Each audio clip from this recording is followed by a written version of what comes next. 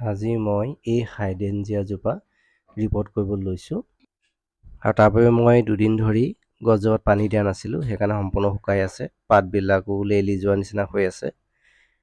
Change কৰা কাৰণটো হৈছে যিটো পাত্ৰত আছিলে পাত্ৰটো ভাগি গ'ল, সেইকাৰণে এই গৰমৰ বতৰতো মই ইয়াক চেঞ্জ কৰিবলগীয়া হৈছে। এইবাৰ মই এই পাত্ৰটো লৈছোঁ আৰু এই পাত্ৰটোতে মই হাইডেনজিয়া জোপা লগাই দিম। ৰিপটিঙৰ কাৰণে মই যিটো পটিং মিক্স লৈছোঁ তাত আছে আপোনাৰ নৰ্মেল গাৰ্ডেন চইল, লগতে কোকোপিট আৰু অলপমান মোৰ ভাৰ্মি কম্পোষ্ট আছিলে, সেইখিনি মিলাই মই পটিং মিক্সটো তৈয়াৰ কৰি লৈছোঁ। এতিয়া মই এই টাবটোত পুলিটো লগাই দিওঁ। প্ৰথমে টাবটোৰ তলিতে অলপমান মাটি দি লৈছোঁ। এতিয়া মই টাবটোত গছজোপা এবাৰ লগাই চাম, যাতে কিমানখিনি মাটি মই আঁতৰাব লাগিব তাৰ এটা মিনিমাম আইডিয়া পাই যাওঁ। দেখিছেনে, যথেষ্টখিনি মাটি মই আঁতৰাব লাগিব, কাৰণ পুৰণা যিটো টাব আছিলে সেইটো স্পেচটো বেছি আছিলে, এই নতুন টাবটোত আপোনাৰ স্পেচ কম আছে। গতিকে প্ৰথমতে মই অলপ মাটি এৰুৱাই লওঁ আৰু শুকান কৰি ৰখাৰ বাবে মাটিখিনি এৰুৱাত বিশেষ সমস্যা হোৱা নাই। যদিহে মাটিখিনি ভিজি থাকিলেহেঁতেন তেতিয়া আপোনাৰ অপ্ৰয়োজনীয়ভাৱে কেতিয়াবা মাটিখিনি ভাগি গুচি যায়, গোটেই শিপাখিনি চেদেলি ভেদেলি হৈ যায়। শুকানকৈ ৰাখিলে সেইটো এটা সুবিধা হয়। গতিকে সদায় ৰিপটিং কৰোঁতে চাব লাগে যাতে গছজোপা শুকানকৈ ৰাখিব পাৰি, যাতে শিপাখিনিৰ পৰা মাটিখিনি এৰুৱাওঁতে যাতে বিশেষ সমস্যা নহয়। প্ৰথমে মই এইখিনি অলপ ঠিক ঠাক কৰি লওঁ।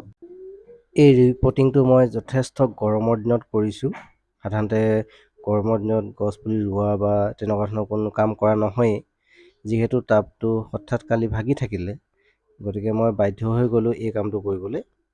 আৰু এনেকুৱা ধৰণৰ পৰিস্থিতিত যদি আপোনাৰ গছপুলি ৰিপটিং কৰিবলগীয়া হয় বা পাত্ৰটো সলনি কৰিবলগীয়া হয়, তেতিয়া সদায় আপুনি এটা বস্তু লগত ৰাখিব, সেইটো হৈছে এপছম চল্ট বা আমি যিটো মেগনেছিয়াম ছালফেট বুলি কওঁ।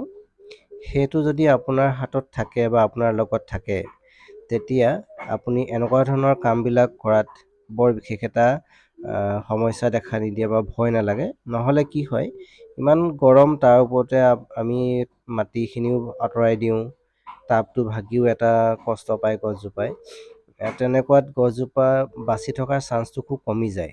আৰু মই ভিডিঅ'টো যদিও পলমকৈ দিছোঁ, সেই সময়ত তাপমান প্ৰায় 38ৰ পৰা 40 ডিগ্ৰীৰ ভিতৰতে আছিলে। তেনেকুৱা সময়ত মই ৰিপটিংটো কৰিবলগীয়া হ'ল। গতিকে মেগনেছিয়াম চল্ট বা এপছম চল্ট বুলি যিটো আমি কওঁ, সাধাৰণতে খেতিয়কসকলে বা বাগিচা কৰাসকলে এপছম চল্ট বুলিয়ে বেছিকৈ চিনি পায়। সেইটো লগত থাকিলে প্ৰায় এনেকুৱা ধৰণৰ কামবিলাক কৰিবলৈ সাহসটো পোৱা যায়। গতিকে লগত ৰাখিব লাগে, সেইটো খুব এচেঞ্চিয়েল এটা বস্তু হয় বাগিচাৰ কাৰণে। পাত্ৰটোত গছজোপা সঠিকভাৱে বহুৱাৰ পিছত এতিয়া মই চাৰিওফালে মাটি দি ভাল ধৰণেৰে খুচি দিম, যাতে পুলিটো আৰু মাটিৰ মাজত কোনো ধৰণৰ এয়াৰ ব্লক নাথাকে। এয়াৰ ব্লক থাকিব একদম দিব নালাগে, নহ'লে কি হয়, ভিতৰি আপোনাৰ শিপাবিলাক গেলি পচি যায়, যিটো আমি চকুৰে দেখা নাপাওঁ, ফলত গছজোপা লাহে লাহে মৃত্যুৰ ফালে আগবাঢ়ি গুচি যায়। সেই বস্তুটো নহ'বৰ কাৰণে যিমান পাৰি সিমান হয় থুকুচিয়াই, নহয় আপুনি কিবা লাঠিৰে খুচি মাটিখিনি ভৰাই দিব লাগে, যাতে এয়াৰ ব্লক হৈ নাথাকে।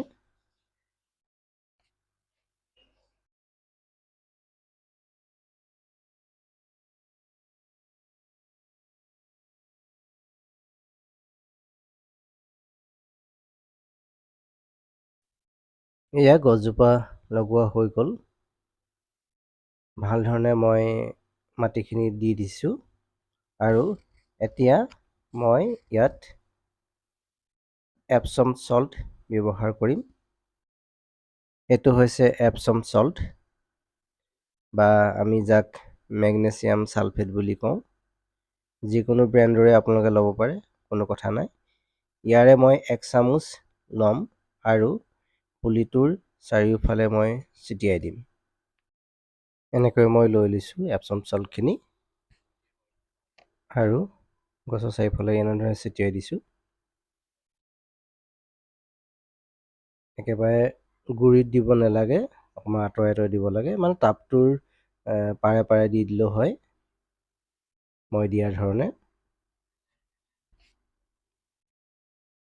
এপছম চল্ট দি হোৱাৰ পিছত এতিয়া মই কি কৰিম, মই প্ৰথমতেই টাবটোত পানী নিদিওঁ। প্ৰথমে মই গোটেই গছজোপাৰ ডালে পাতে পানী স্প্ৰে কৰি দিছোঁ, নৰ্মেল পানী। ইয়াত কোনো ফাংগিচাইড বা কোনো একো কেমিকেল ব্যৱহাৰ কৰা হোৱা নাই, নৰ্মেল পানী।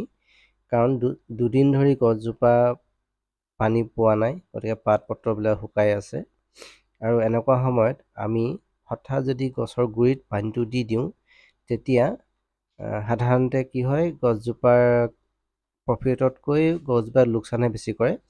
সেইকাৰণে সদায় এনেধৰণেৰে যদি শুকাই থাকে, তেতিয়া প্ৰথমে পাতত গছৰ ডালত পানীয়ে দি ভিজাই ল'ব লাগে। গছজোপাৰ ডাল পাতখিনিলৈ অলপ সতেজতা আনি লোৱাৰ পিছতেই আমি গছৰ গুৰিত পানী দি দিব লাগে। মই এইটো পদ্ধতিয়ে ব্যৱহাৰ কৰোঁ। প্ৰায় অলপ সময় ৰোৱাৰ পিছতে মই এতিয়া চাৰিওফালে ভাল ধৰণেৰে পানী দি দিছোঁ টাবটোত। টাবত যেতিয়া প্ৰথমবাৰ পানী দিম, ভাল ধৰণে দি দিম, যাতে গোটেই মাটিখিনি ভিজি যায়। আৰু ইয়াৰ যিটো ৰিজাল্ট, সেই ৰিজাল্টটো মই আপোনালোকক দিম আপডেট ভিডিঅ' হিচাপে। শ্বৰ্টকৈ হ'লেও মই আপোনালোকক দেখাম যে ইমান গৰমতো পুলিটো ৰিপটিং কৰাৰ পিছৰ ৰিজাল্ট কেনেকুৱা হ'ল। চাই থাকিব ভিডিঅ'টো। আৰু আজিলৈ মোৰ ভিডিঅ'টো ইমানতে সমাপ্ত কৰিছোঁ। ধন্যবাদ।